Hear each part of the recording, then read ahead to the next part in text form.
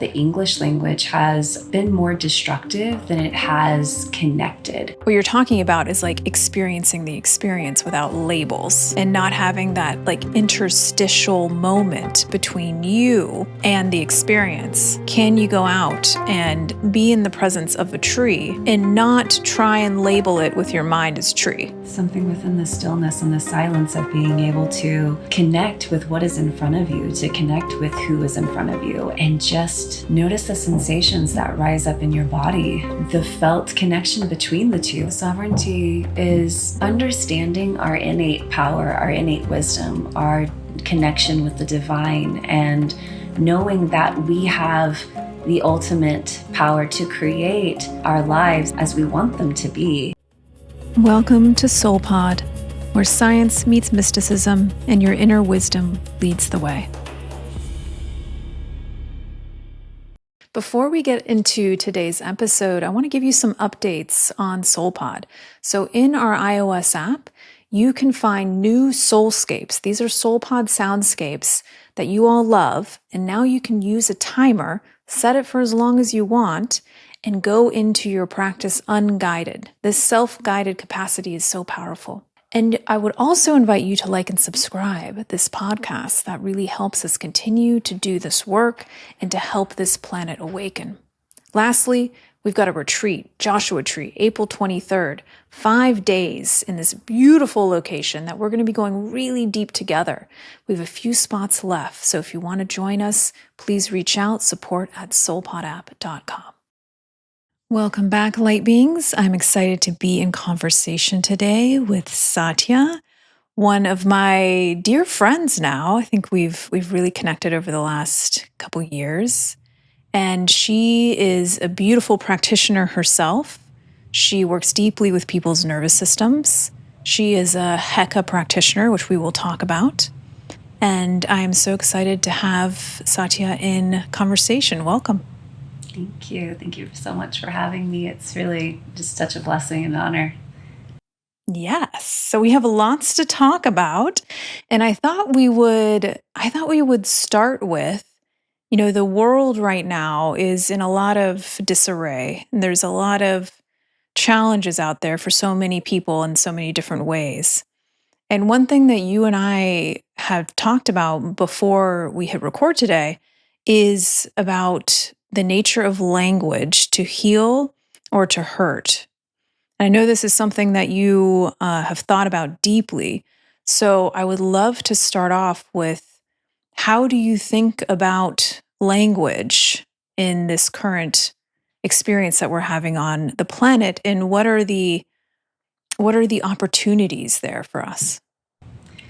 Yeah, so some beautiful things that I've recently been feeling into is the understanding of language and kind of the way that the English language has been more destructive than it has connected. When I think of language, it's often looked at as like a tool for us to be able to connect with one another.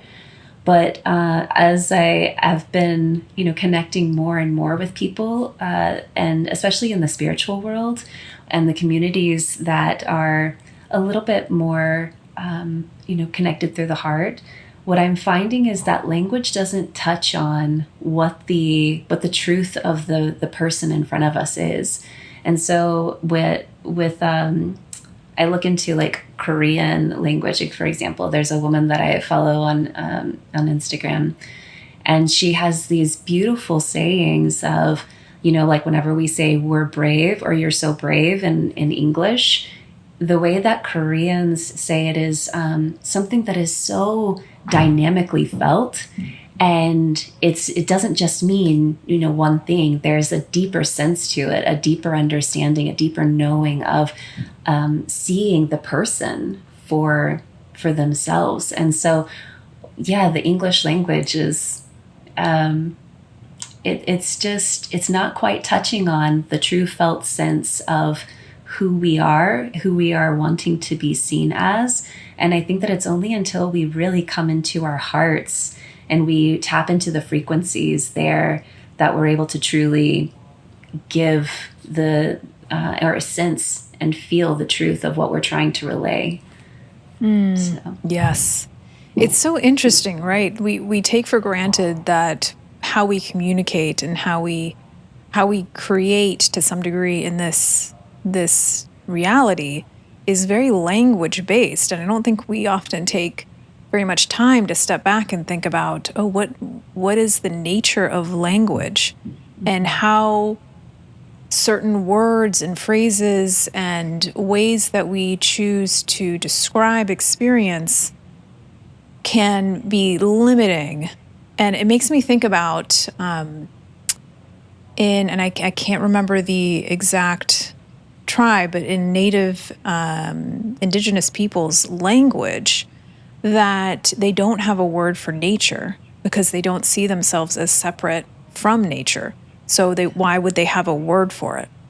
And I find that fascinating, right? Because we use that word all the time. We're like, I'm going to go touch grass. I'm going to go out into nature.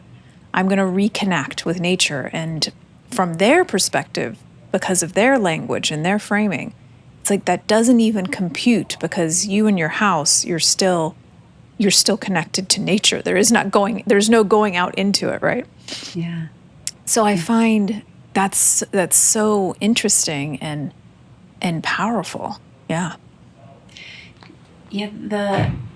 As you were saying this, something that came up was, if we think about how with the word nature, if we are to look at everything and try to give a word to it, we're truly taking away the opportunity to feel it, to sense it, to know it, to understand it to a much deeper degree. There is, like table, or we've got the air. And whenever we put these words to it, are we really allowing ourselves to the opportunity to feel it, to know it, to embody parts of it too? Because if we truly are, one, if we are one with nature, then how can we put a word to it?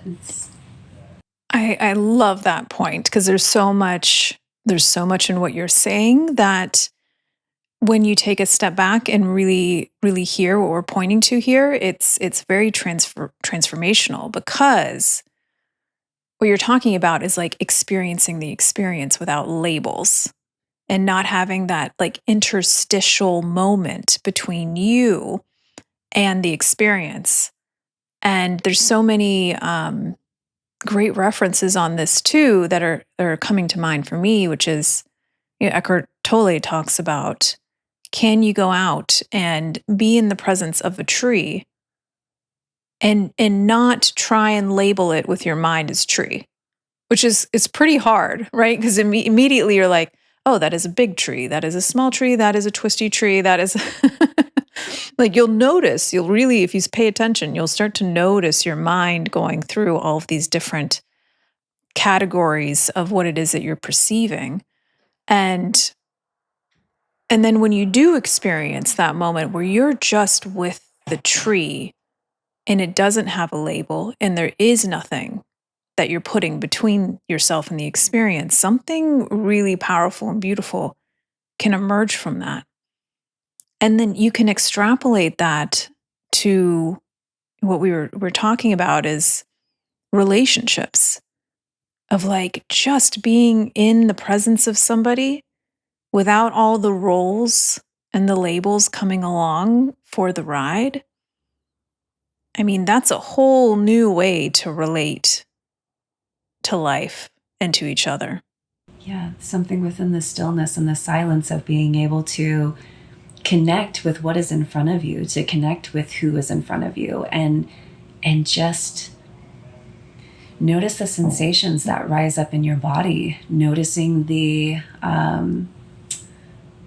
felt connection between the two. How are your hearts actually intertwining? And not necessarily intertwining, maybe I shouldn't use that word, but how are our hearts actually feeling one another in this space together? And in that silence, we are able to find so much more uniqueness within each other, I think. that stillness, the silence, the quiet, and connecting in on a much deeper sense. I think, at least for me, the stillness and the silence is so daunting for us because within it lies truth. And there is a confrontational nature to stillness and silence. It confronts all of the labels that we were talking about, the roles. They are seen in the stillness and silence. And I think that's why for people who are consciously making the space in their lives for it, I think it requires so much courage to do that because it is confrontational. But what can emerge from that in my experience is that truth, is that sacred knowing.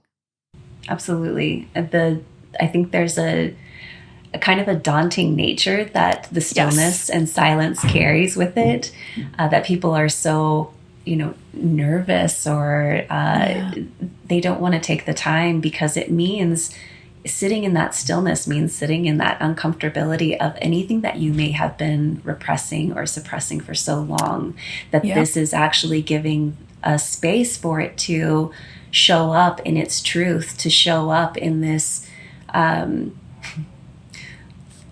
beautiful, bold moment of, courageousness, to sit with the self, to sit with the quiet, to see what is it that is coming up, what is it that is wanting to be felt and experienced that I haven't given the chance to. And that stuff can be so sticky and so terrifying, I think, especially to the logical mind, and whenever we get that actual full-on time, attention, and space to the things that we have not felt for so long, what we can eventually be met with is the fear of it. And the fear, I think, is what's been covering up so much of what we're actually willing to feel, what we're actually willing to understand and know about ourselves.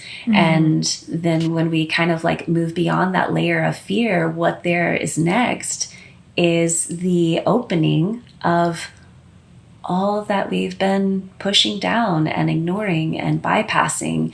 And then all of a sudden it's there, and it's surfaced, and it's here present to show you. And what is it going to show you? And, so much. So much unknown.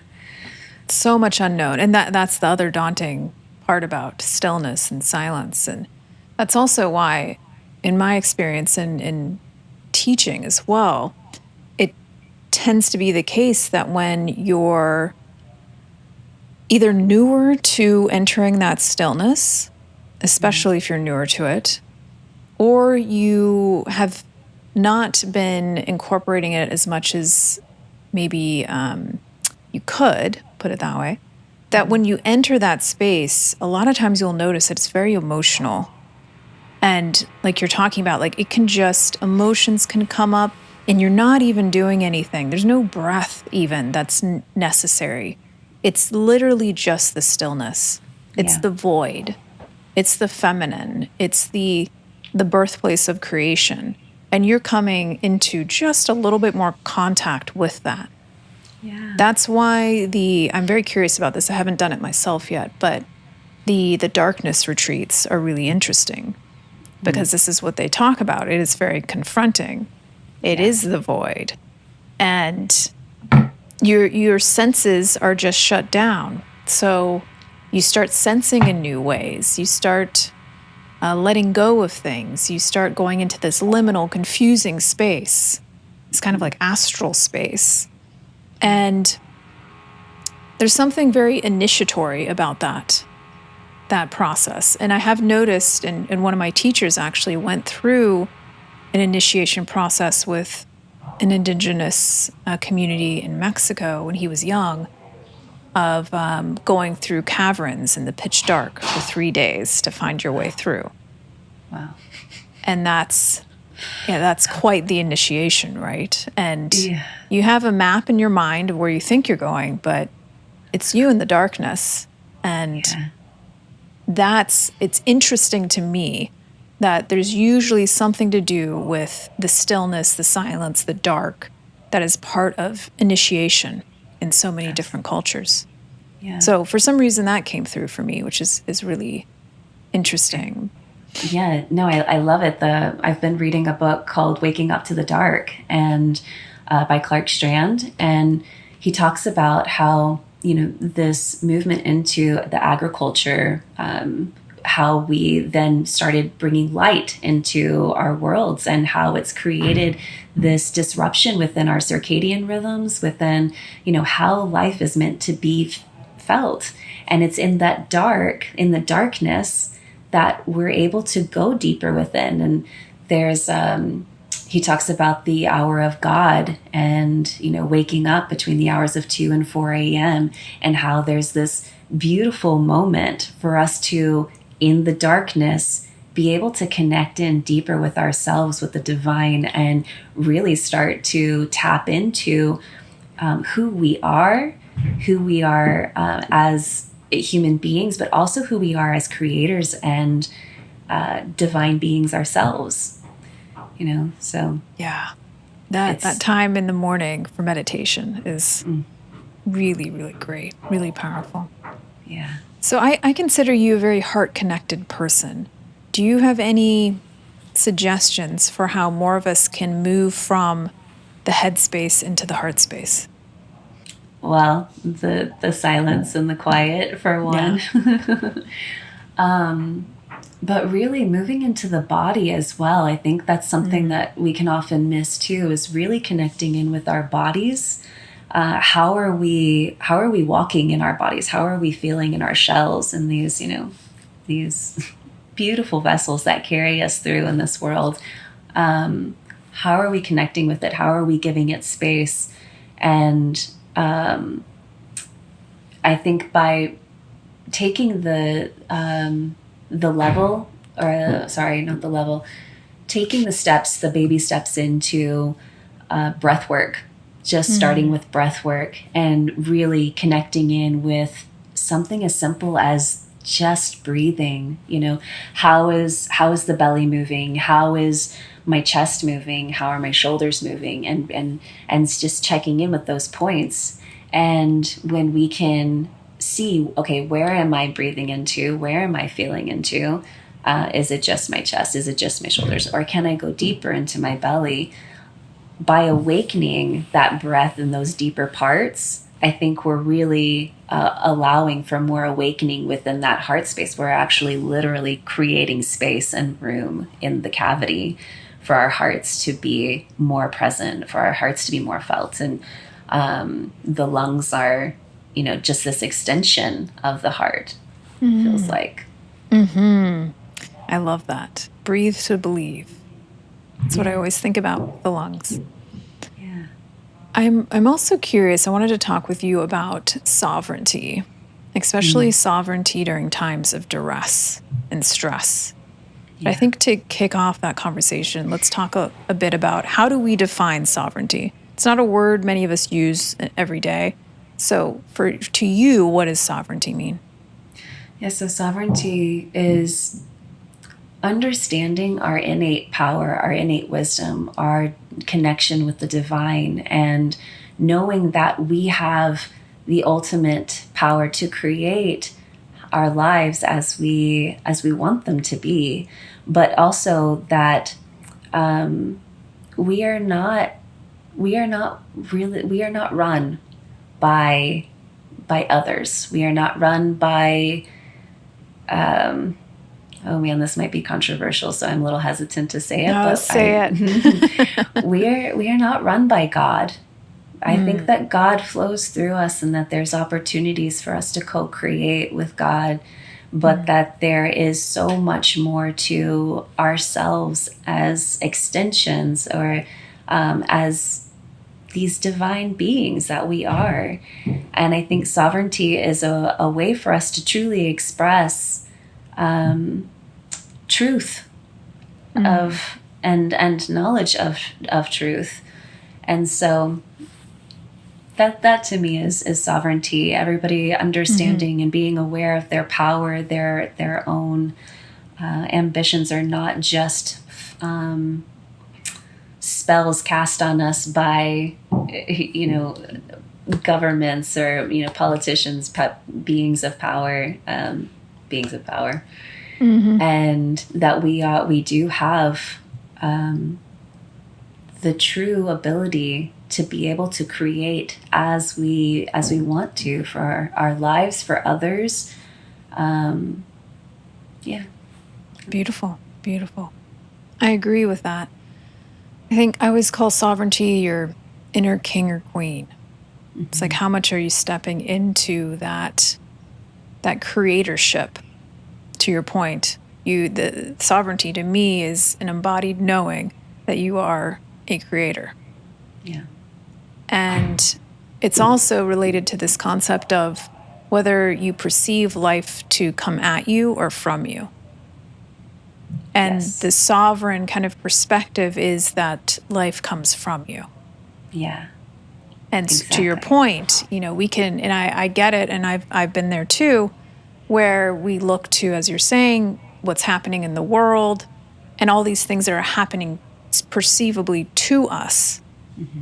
But there's a calling there to remember your power and to remember your creatorship, your sovereignty, and that your emotions are your own. Mm-hmm. There's some nuance to that as far as empaths and whatnot, but there's a responsibility that comes from sovereignty. It's like any ruler, any king or queen, there's this responsibility of what you're creating. Right.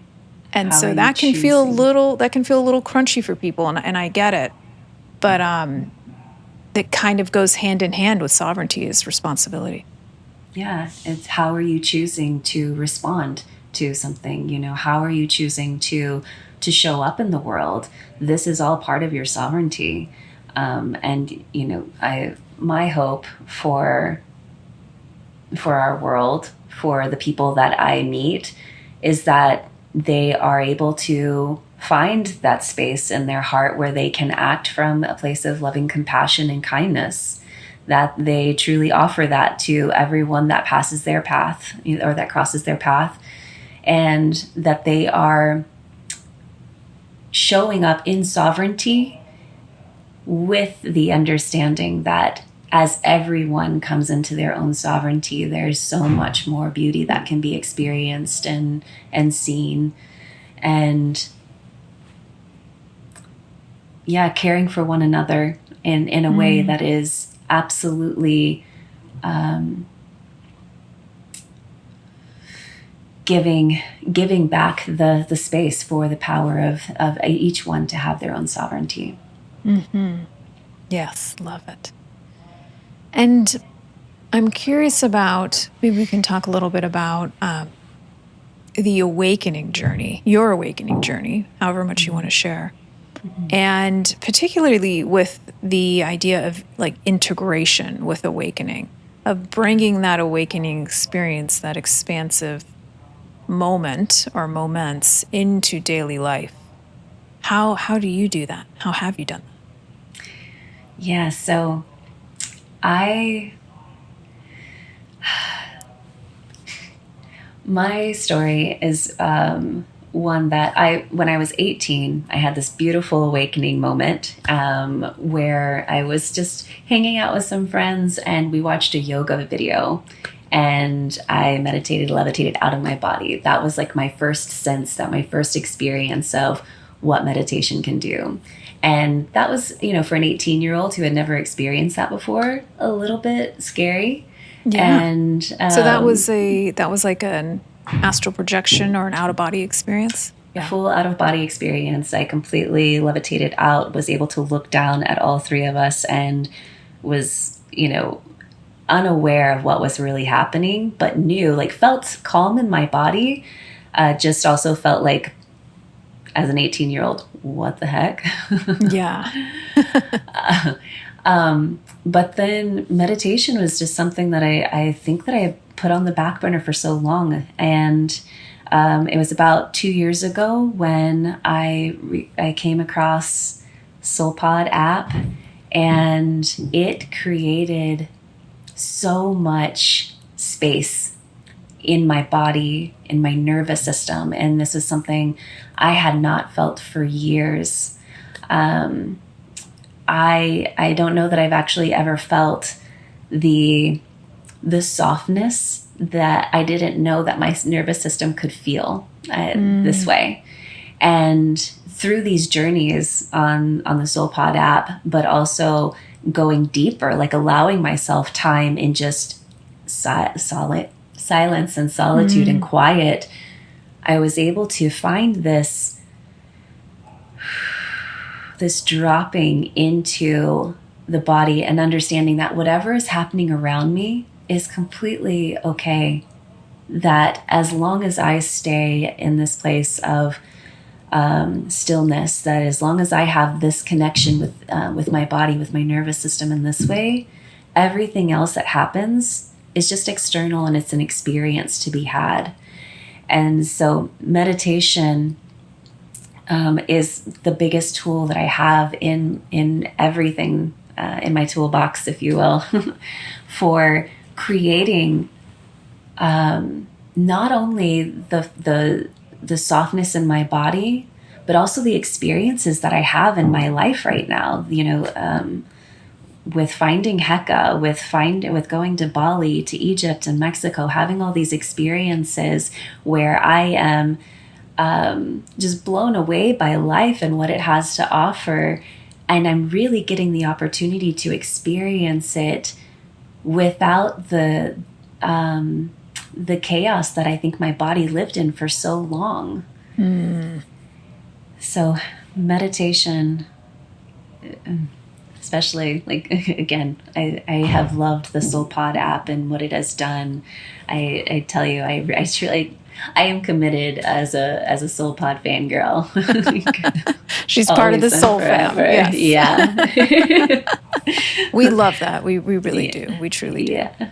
And that's what the journeys are for, is to give you some structure to walk you into that relationship, which only you ultimately can build. And you take it from there. And it's just really beautiful when somebody realizes that they can tune their nervous system. They can find that safety within themselves despite the chaos and the sometimes it feels like this swirling madness, in each of our lives as a collective. And it all slows down when you have that ability to regulate your nervous system, and you can call upon it at will when you need it. I did it today. I had a stressful meeting, and I was like, okay, I need to do some work. I need to do some tuning on my system. And I could walk myself through that. And sure enough, you come out the other side and you're like, ooh, wow. What a different life I would be leading if I didn't have that capability. Yeah, it's almost like a superpower. It is a superpower. 100%. I truly think of it as a technology to be activated and a superpower to wield. So that's just really, really beautiful.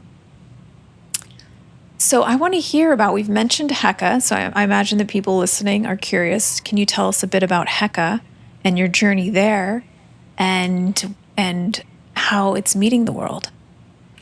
Yeah, so I began experiencing Heka, which is it is a technology of light. It is a technology of energy that allows us to feel our truest life force energy. Sophie Sun is my mentor in this, and she's created Heka in a newfound way. If you look back and look into what Heka actually is, it's an ancient Egyptian technology of life force. And Sophie's kind of brought this into into light in a different way, in a more embodied and gentle sense of life force. And what I have found for Heka to have opened up within me is something that it expands even more on the nervous system. What I feel within meditation, Heka is really opening up and allowing my truest essence to be completely felt within my body. There is a realignment happening of my chakras. A lot of people will experience light language that comes through. I've had some light language activated for myself. When I was in Egypt, I had the most beautiful songs that came through me, to where I was just like, this isn't me. And that's so interesting. You just said that, because as you started talking, I just heard light language in the back of my mind. So that's, very beautiful. That checks out. Yeah, it's really wild to me how I experienced it, because whenever, you see light language, people doing light language videos on TikTok or Instagram, social media. And there's a part of, I think, that we sometimes dismiss it as like too, wooey, or, whatever the words that may come through are. It's not really relevant to what actually is happening. But somebody, when I was in Egypt, had recorded some of the songs that came through, and I shared with my son, and he was like, "Who is this?" And I was like, "That's me." He goes, "What?" Because that doesn't sound like you. And it was just a completely different voice, but it was coming through me.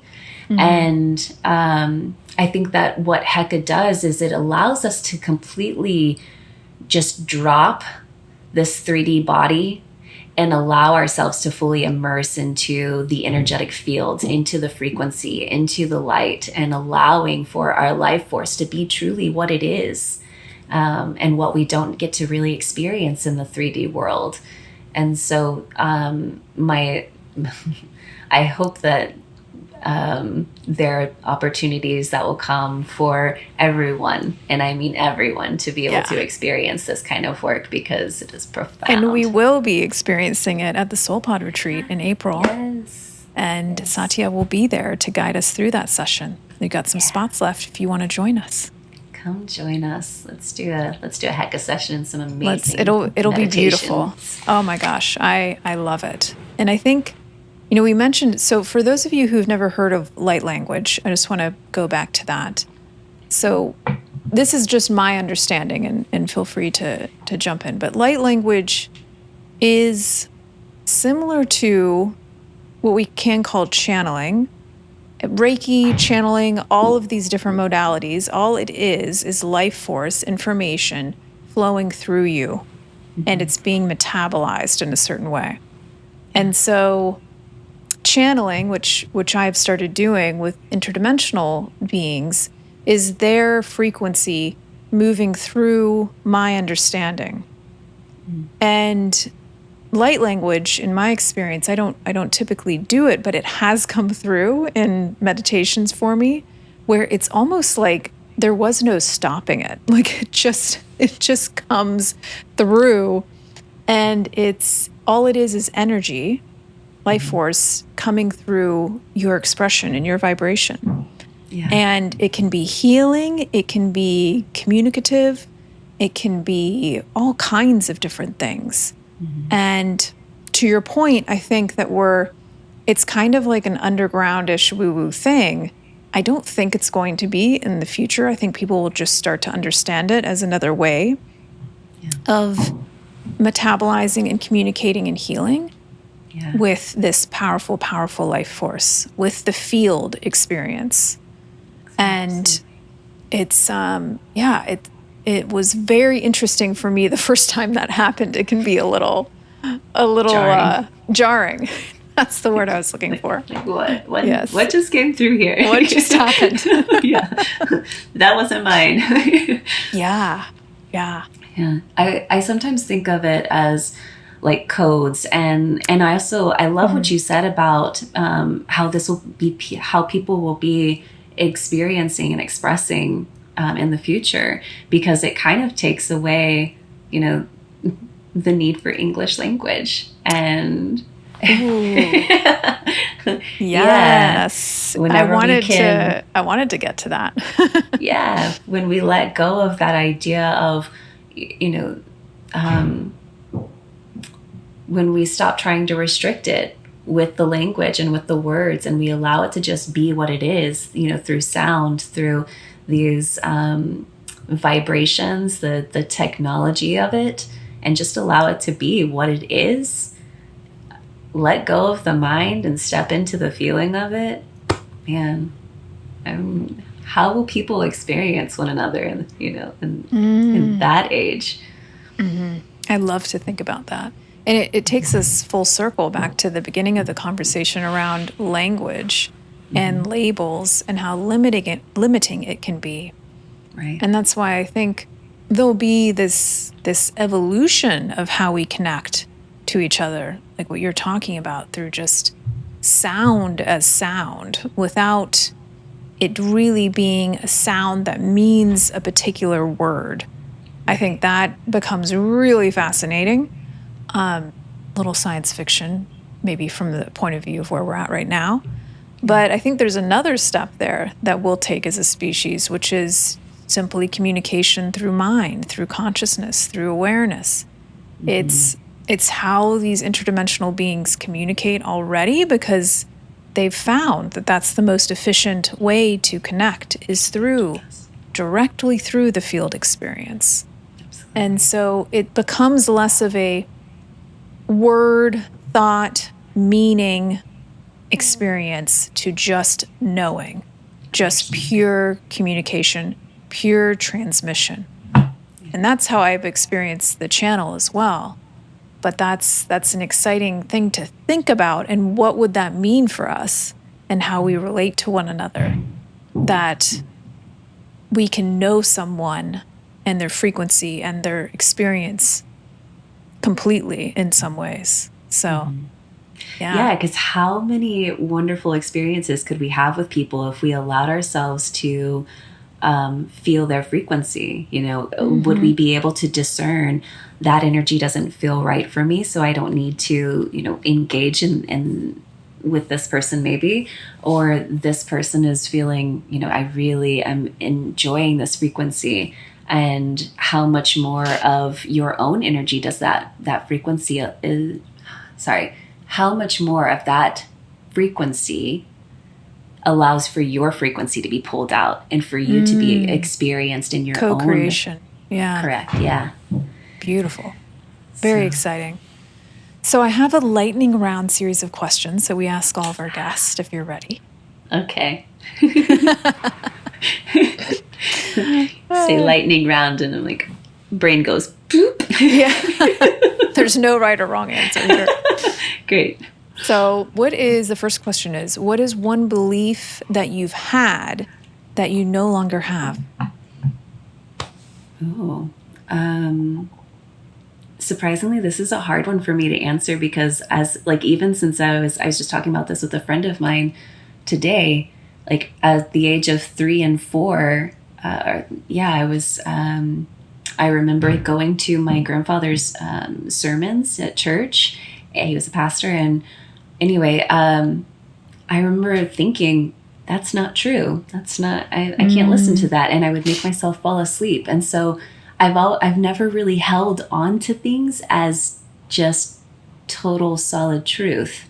Except, the only thing that I hold on to as total solid truth is that we are made of love, and that we have so much capacity that our human bodies don't give us. But that doesn't really answer your question.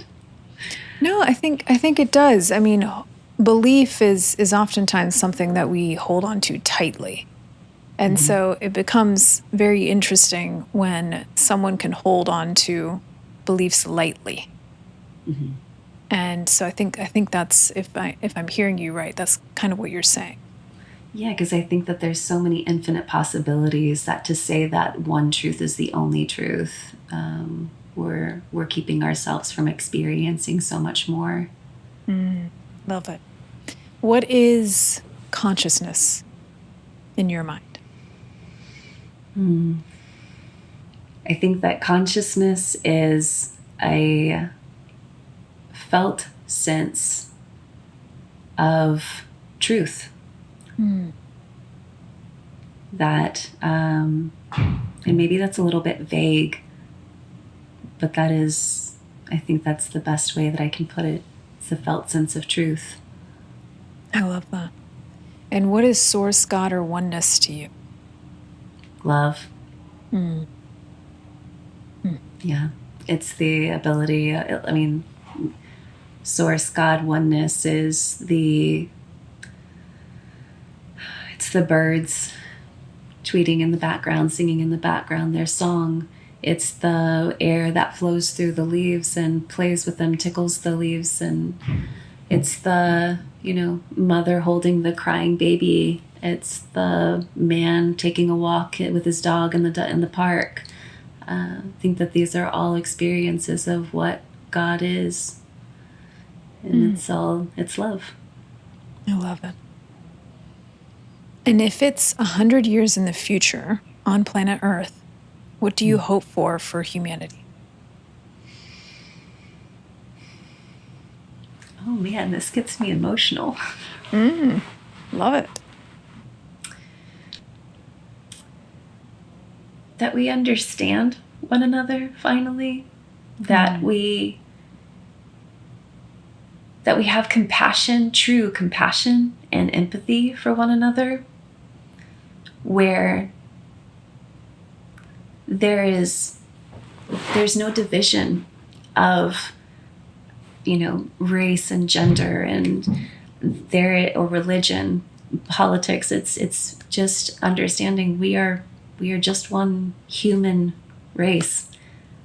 That's it. And to experience one another in our different felt expressions is so beautiful and so profound. And whenever we can see people for just who they are without all of the labels, that there's so much beauty to be felt within that. There's so much to be experienced and witnessed.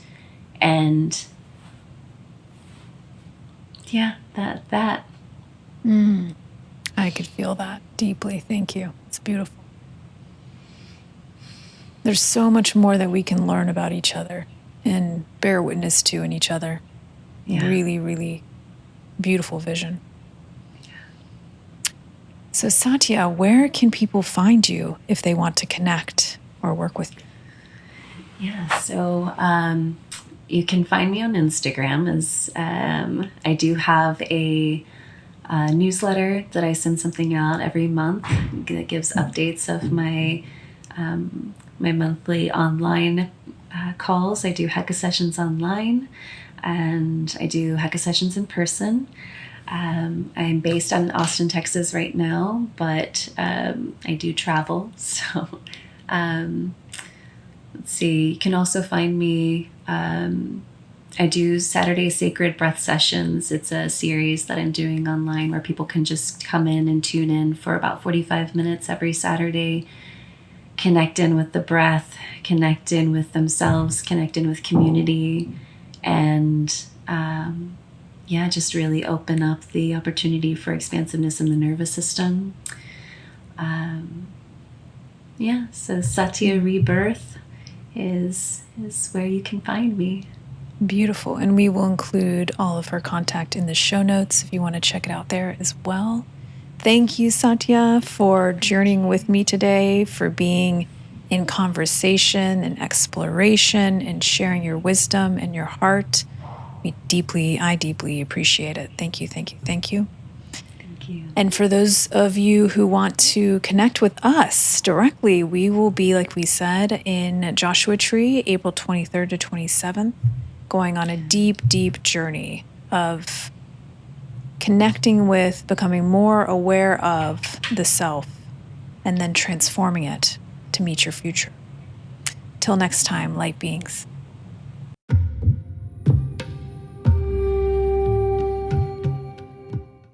Thank you for journeying with us today, Light Being. We hope you enjoyed the episode.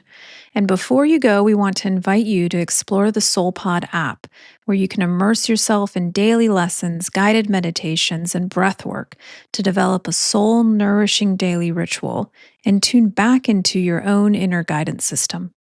You can download SoulPod in the App Store or directly from the show notes to start your free trial today and awaken the ancient wisdom within you.